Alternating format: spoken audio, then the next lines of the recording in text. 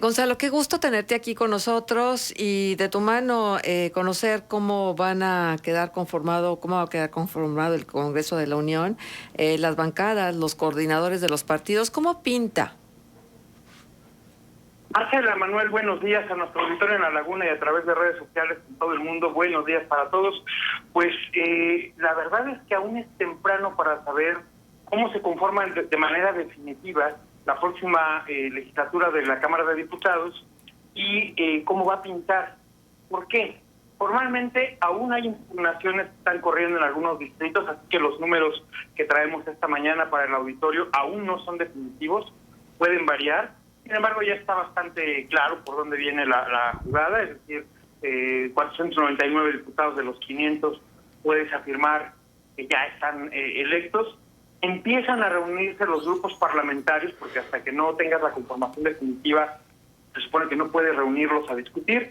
Sin embargo, ya vimos por ahí que a los priistas los reunieron la semana para informarles que tenían que votar por su coordinador y que ya estaba electo y curiosamente salió por unanimidad, aunque algunos de ellos ni siquiera estaban conformes, pero lo dicen bajita la voz porque evidentemente no se trata de desentonar cuando vas llegando.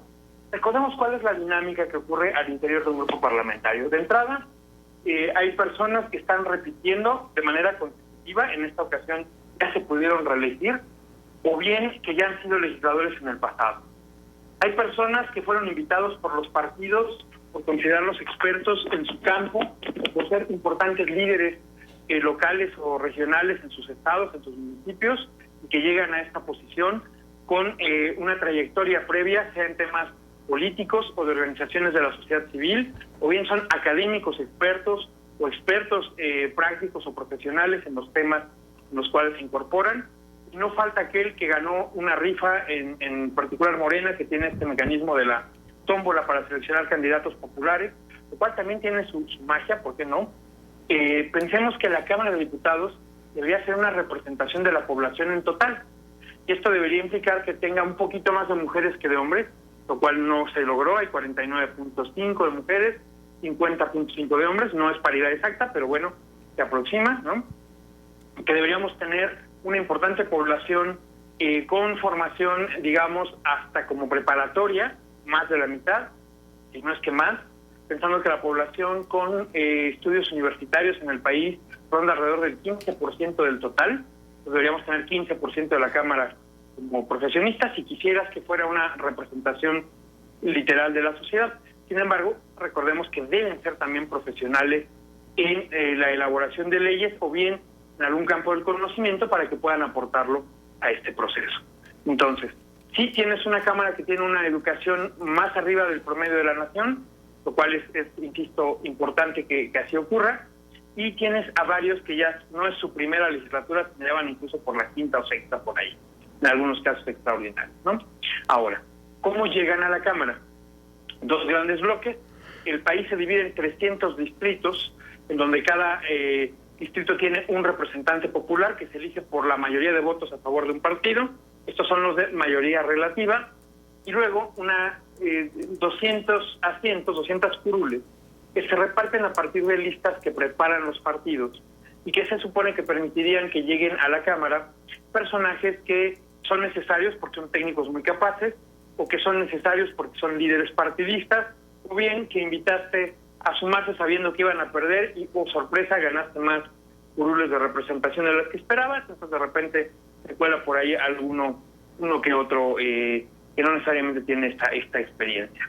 Ahora, ¿cómo nos quedaron las bancadas? La más grande sin duda es Morena, tendrá aproximadamente 202 diputados, sigue la del PAN con 111, el PRI, que tiene 70, se ubica en tercer lugar, luego vendría sorprendentemente la del Partido Verde con 42 diputados, digo sorprendentemente porque en la legislatura que termina tenía 13, casi se multiplica por 4, ¿no? Luego vendría el PT con 38, Movimiento Ciudadano con 22 y el PRD casi moribundo con 15 diputados, ¿no? Esto nos permite construir un escenario donde Morena, PT y Verde tienen 282, la alianza opositora del PRI, PAN, PRD tiene 196 y Movimiento Ciudadano tiene 22.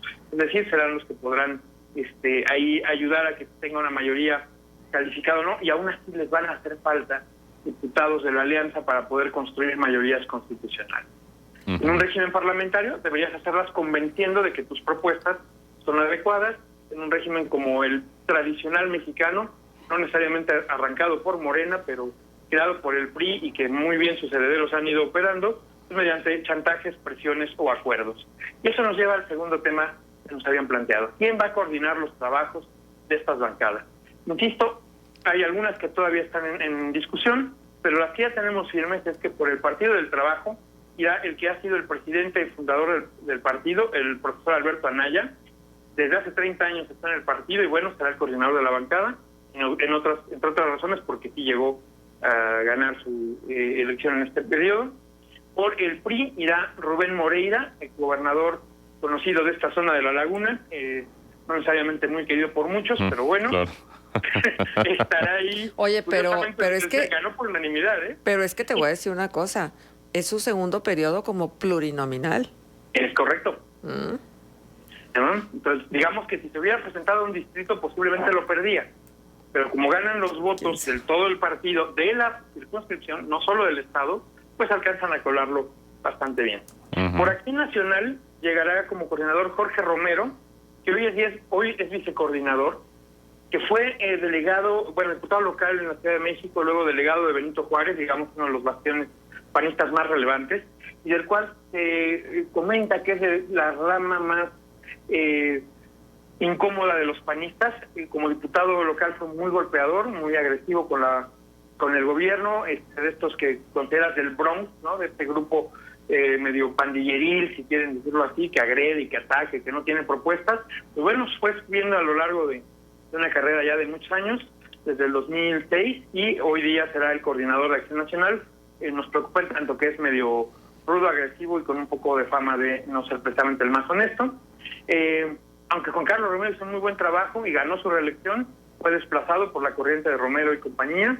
En el PRD, pues no es tan complicado cuando solo tiene 15 diputados, ponerse de acuerdo, y será Luis Espinosa Cházaro, ¿no? Por Movimiento Ciudadano se considera, no está confirmado él todavía, es de los que no se han reunido, pero Salomón Chertovinsky será el posible coordinador de la bancada. En el Verde hay dos que se están peleando, Carlos Puente, muy cercano a la actual dirigencia, y la diputada federal plurinominal Karen Castrejón, que aquí por equidad de género sospechamos que se la dejarán a las mujeres. Y por el lado de Morena, si bien se está planteando que repita a Ignacio Mier, que fue el coordinador a la salida de Mario Delgado para irse a dirigir el partido hace casi un año, también está por ahí apuntada Jacob Polensky, que dice que no, que esto se tiene que elegir y que le toca ser una mujer. Entonces, nos llama la atención que siendo una bancada, o más bien una legislatura que hemos oído en redes, en medios, en sus campañas institucionales, que se busca la paridad de género, la verdad es que solo hay una mujer planteada como posible coordinadora de las bancadas, lo cual creo los deja bastante mal parados, ¿no? Los juegos ya en números, es sorprendente, por ejemplo, que el PRD tiene más diputados de representación proporcional que por distrito, 7 por mayoría, 8 por representación, y el caso perfectamente contrario, para que vean cómo las alianzas los ayudan y a la vez los dañan. El PT tiene 31 diputados de mayoría relativa, pero solo alcanzó 7 de representación proporcional. Esto que nos decían, oye, Morena, la gran fuerza, una gran victoria, y es cierto, pero le hace tener alrededor de 126 diputados de mayoría relativa y apenas 76 de representación proporcional. Esto porque hay un candado que dice que ningún partido puede tener más de 8% de diputados por arriba de los votos que en realidad obtuvo. En la legislatura que termina, con esa cláusula fuera, digamos, no aplicada, Morena pudo sumar diputados de sus partidos aliados y lograr más de 251 diputados al arranque, y por lo tanto quedarse la Junta de Coordinación Política a lo largo de los 3 años.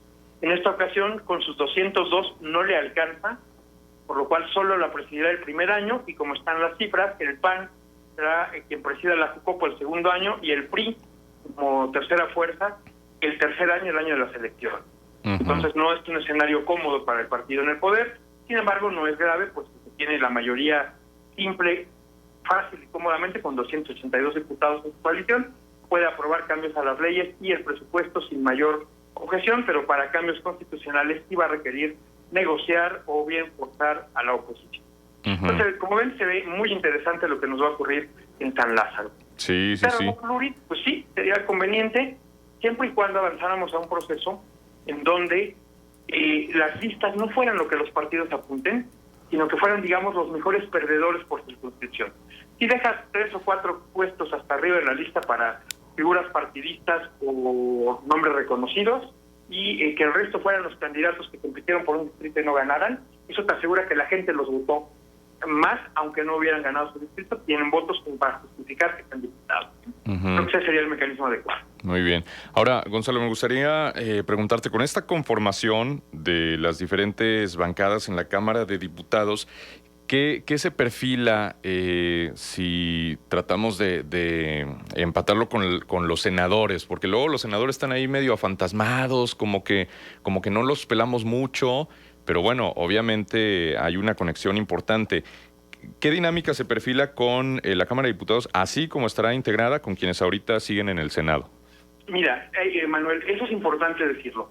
El Senado no era tan relevante en la legislatura que termina, porque ahí no había mayoría de Morena, entonces todo tenía que consensuar.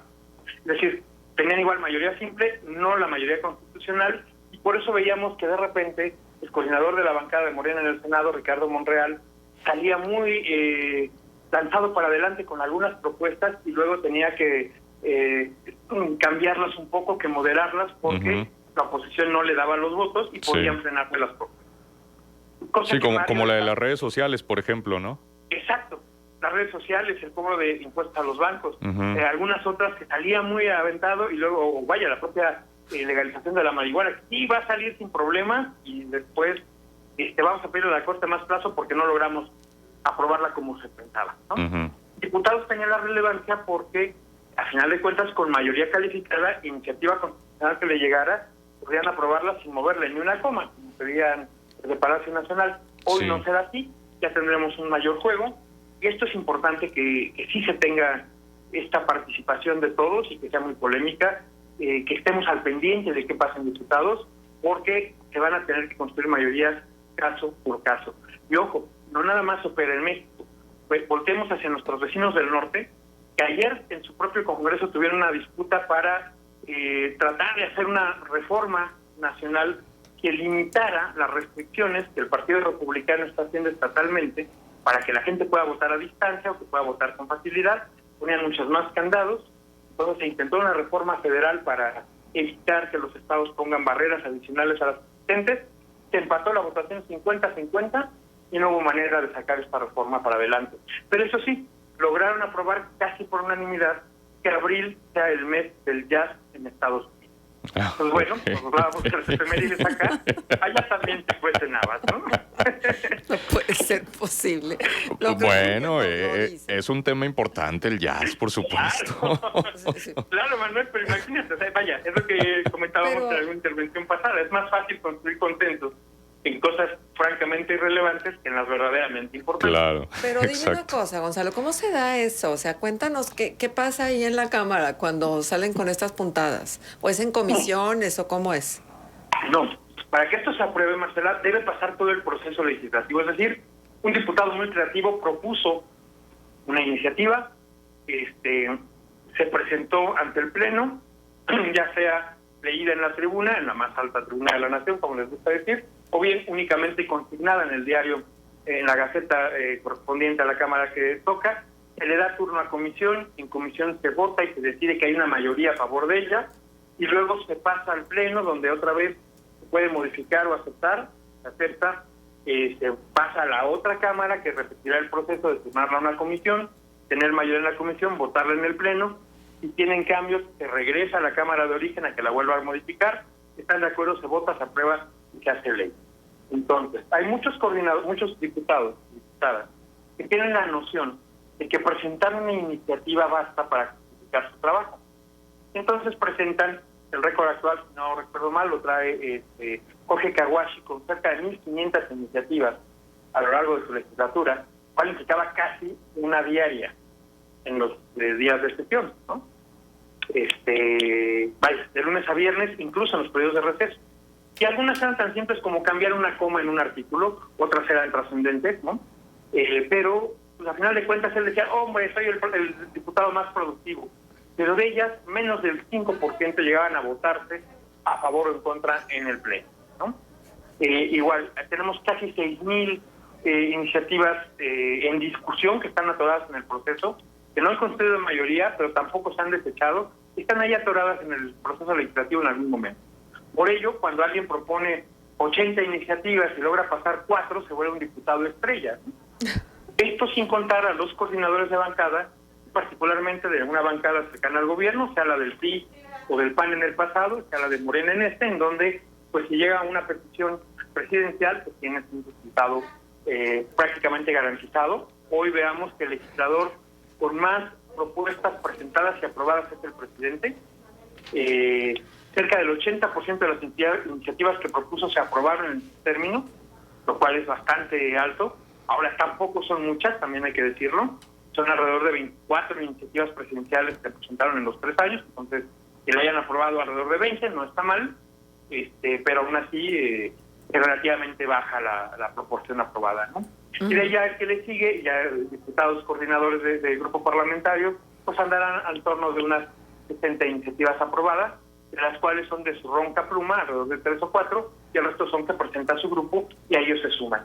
Porque esa es otra gran manera de mejorar la estadística parlamentaria, es decir, oye, mi amigo tuvo una idea, pues yo voy, la firmo, la hago como mía y nos subimos los dos juntos a presentarla, aunque él suba a discutirla y a leerla porque fue el que la propuso, pero muchos se suman a estas iniciativas de partido, ¿no? Entonces no es fácil modificar una ley, aunque nos parezca que sí, y es un error, en mi percepción, que cuentes cuántas iniciativas presentaron para decir quién es el más productivo.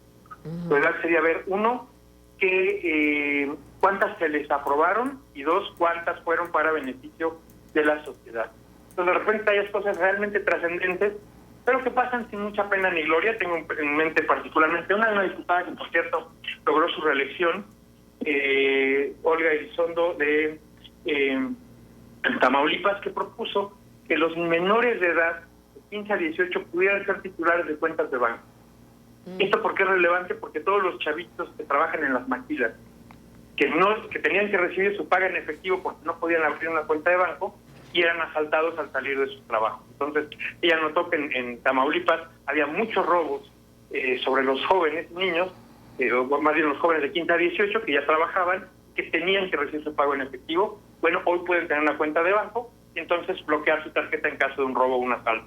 Vean cómo son pequeñas cosas que benefician a la gente, pero que pasan sin pena ni gloria porque, en efecto, no se discuten tanto. Las que nos llaman la atención, las mediáticas, las visibles, son o bien las propuestas presidenciales, están o no de acuerdo, o bien aquellas que son muy mediáticas, muy ruidosas, como la de nacionalizar las AFORES, ¿no? Pasarlas a que el Banco del Bienestar las administre. No se preocupen, es una idea de un diputado que tiene derecho a proponerla y sabiendo que ni su propio partido la va a apoyar, ¿no? Aunque mediáticamente den mucha visibilidad y mucho ruido. Y por supuesto los puntos de acuerdo, que sobre la coyuntura del momento, les aseguro que en la próxima sesión tendremos un exhorto a los gobiernos de Zacatecas para que esclarezcan los homicidios de los policías, de los que comentaban hace rato, o para que Tamaulipas aclare la situación en Reynosa. Van a subir a pedir seguro más de un punto de acuerdo para discutir eso, pedir que se les aclare por qué están matando gente al azar. Pues sí, es parte de la cuestión de un diputado que suba los temas polémicos y del momento, pero la verdad no pasan allá de una cobertura mediática menor, que hablemos de ellos en redes, que hablemos de ellos en los espacios noticiosos, pero sin mayor trascendencia. Entonces el día a día de la Cámara es algo que insisto a nuestro auditorio que lo siga los jueves aquí con nosotros en Contextos, Marcela, Manuel y su servidor, discutiéndolo, pero además que lo estén viendo constantemente. Porque sí es algo donde podemos incluir. Los diputados y diputadas suelen escuchar a sus electores, y más ahora que tienen la opción de reelegirse. Bien. Con eso cerraría el día de hoy. Pues te agradecemos muchísimo. de los que buscaron la reelección la obtuvieron, 25% no. 50 diputados que buscaban reelegirse fueron rechazados en sus distritos. ¿Se imaginan qué mal trabajo? Muchísimas gracias, Perfecto, Gonzalo. sí, Como siempre, un gusto escucharte. Te esperamos. Marcela, Manuel, nuestro auditorio, buenos días a todos. Un abrazo, Gonzalo. Gracias. Vamos a la pausa, regresamos enseguida. Con el